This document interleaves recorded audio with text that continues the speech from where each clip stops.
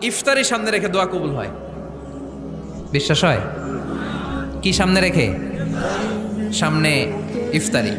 বসে থাকি আমরা তৃষ্ণায় সারাটা দিন, ছাতি ফেটে যায়। আল্লাহ দেখে, দেখতে দেখতে আল্লাহর একটা সফট কর্নার তৈরি হয়। এটাই সুযোগ কাজে লাগানোর, ঠিক কিনা? মুমিন ঝোপ বোঝে কোপ মারে, সময় মতো কাজ করে, ঠিক কিনা? আল্লাহ তখন ফেরেশতাদেরকে জিজ্ঞেস করে, এই ঘটনা কি? খায় না যে?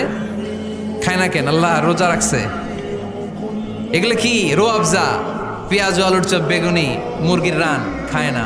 খায় না কেন? ওরা যে ক্ষুধার্ত, আল্লাহ আপনার ভয়ে। তাই কি চায়? আল্লাহ আপনার কাছে ক্ষমা চায়, ক্ষমা চায়। আল্লাহ রহমতের দরিয়ায় জোশ খেলে যায়।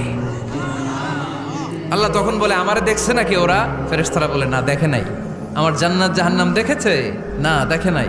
আমারে না দেখে, জান্নাত জাহান্নাম না দেখে আমার এত ভয় করে। যাও, আজকের এই রোজার বিনিময়ে এখন বান্দা যা চাইবে সব কবুল করে নেব।